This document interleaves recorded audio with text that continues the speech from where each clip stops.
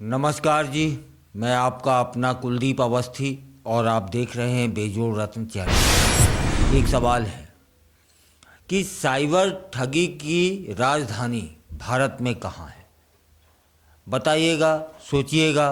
जब तक एक खबर पर चलते हैं कि झारखंड का एक छोटा सा जिला है जामताड़ा, जो कभी कोयला खदानों और कृषि के लिए जाना जाता था, आज भारत में साइबर ठगी की राजधानी के रूप में कुख्यात हो चुका है। जामताड़ा का नाम सुनते ही लोगों के दिमाग में ऑनलाइन फ्रॉड, बैंकिंग धोखाधड़ी और साइबर अपराध से जुड़ी खबरें सामने आने लगती हैं, आंखों के सामने तैरने लगती हैं। लेकिन यह सब कैसे शुरू हुआ? क्यों जामताड़ा साइबर अपराध का केंद्र बन गया? और सरकार, पुलिस एवं तकनीकी एजेंसियां इसे रोकने के लिए क्या कर रही हैं? इस पर आज विस्तार से बात करते हैं। इससे पहले जामताड़ा का छोटा सा परिचय जान लेते हैं। झारखंड के संथाल परगना क्षेत्र में जामताड़ा एक छोटा सा जिला है, जिसकी आबादी लगभग 8 लाख के आसपास होगी।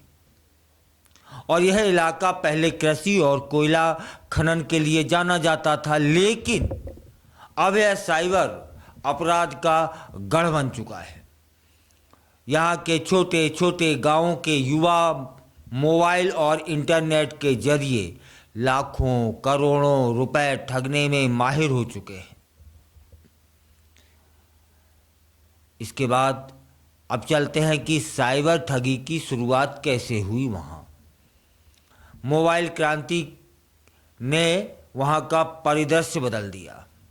2000 के दशक के अंत में जब भारत में मोबाइल और इंटरनेट की पहुंच बढ़ गई थी, तब इसका सबसे ज़्यादा असर ग्रामीण क्षेत्रों में देखा गया। जामताड़ा जैसे छोटे जिलों में भी लोग सस्ते स्मार्टफोन और इंटरनेट डेटा का उपयोग करने लगे थे। इसी के साथ ही ऑनलाइन बैंकिंग और डिजिटल भुगतान प्रणाली भी तेजी से लोकप्रिय हुई। बेरोजगार लोगों के लिए एक यह रोजगार बन गया है। वहाँ जामताड़ा में शिक्षा और रोजगार के अवसर सीमित हैं। वहाँ के कई युवा बेरोजगार थे और आसान पैसा कमाने के तरीके खोज रहे थे। तब उन्हें यह आसान तरीका लगा। शुरुआती साइबर ठगों की वहाँ सफलता उनको मिल गई। कुछ स्थानीय युवाओं ने मोबाइल फ़ोन और इंटरनेट के जरिए लोगों को ठगना शुरू किया। वे खुद को बैंक अधिकारी बताते, क्रेडिट कार्ड कंपनी का प्रतिनिधि बताते, बीमा एजेंट या सरकारी अधिकारी बताकर भोले भाले लोगों को फ़ोन कर उनसे बैंक डिटेल्स, ओटीपी और एटीएम पिन जैसी संवेदनशील जानकारी हासिल करने लगे थे। धीरे धीरे यह धंधा एक संगठित गिरोह में तब्दील हो गया।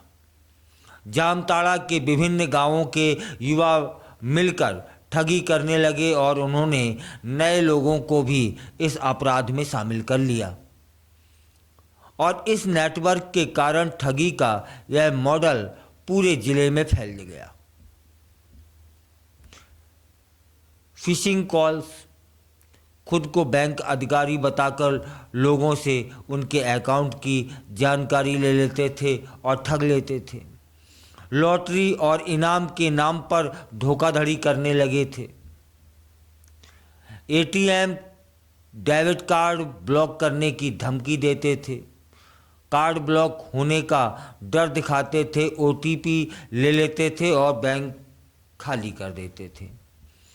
केवाईसी अपडेट के नाम पर फ्रॉड हो रहा था।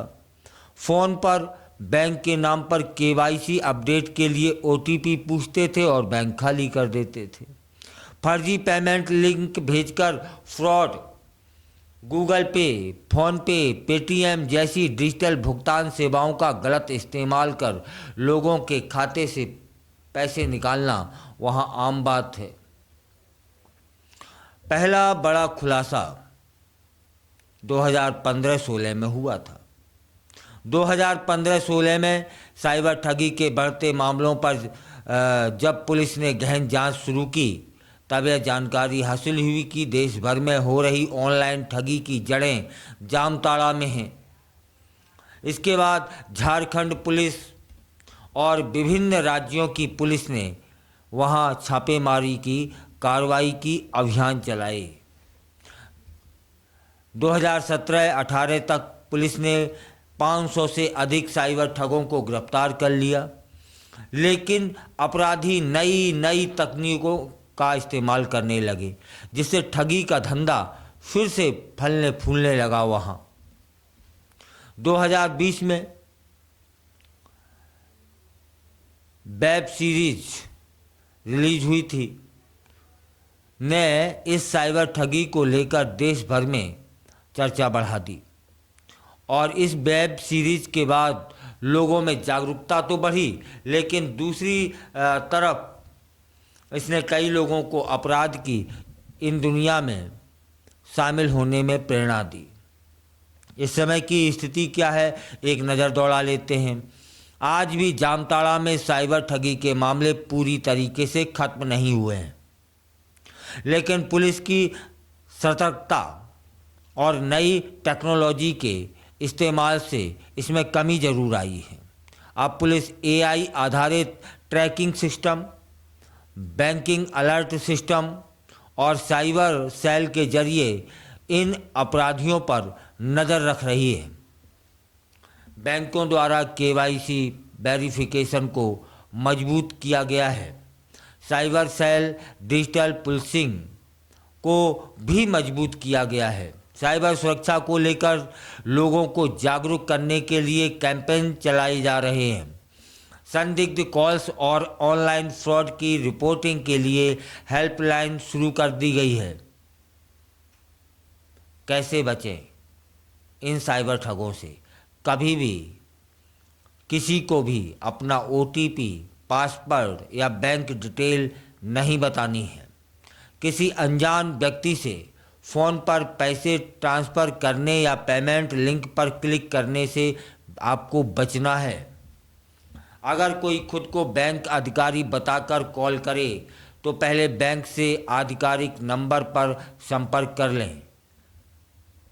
फिशिंग ईमेल और संदिग्ध लिंक पर क्लिक तो कतई नहीं करनी है, यदि कर दी तो बैंक खाली। कोई भी संदिग्ध गतिविधि होने पर 1930 हेल्पलाइन नंबर है, 1930 साइबर सेल में शिकायत दर्ज करें। जामताड़ा भारत की साइबर ठगी की राजधानी बन चुका है, लेकिन अब सरकार और कानून प्रवर्तन एजेंसियां इसे रोकने के लिए कड़े कदम भी उठा रही हैं। हालांकि ठगी के नए तरीके सामने आते रहते हैं, लेकिन साइबर सुरक्षा के प्रति जागरूकता और टेक्नोलॉजी के सही इस्तेमाल से इस समस्या को काफ़ी हद तक कम भी किया जा सकता है। अगर हम सतर्क रहें तो न सिर्फ अपने पैसों की सुरक्षा कर सकते हैं, बल्कि साइबर अपराध पर रोक लगाने में भी मदद कर सकते हैं। और जागरूकता के लिए इस लिंक को शेयर करना कतई न भूलें।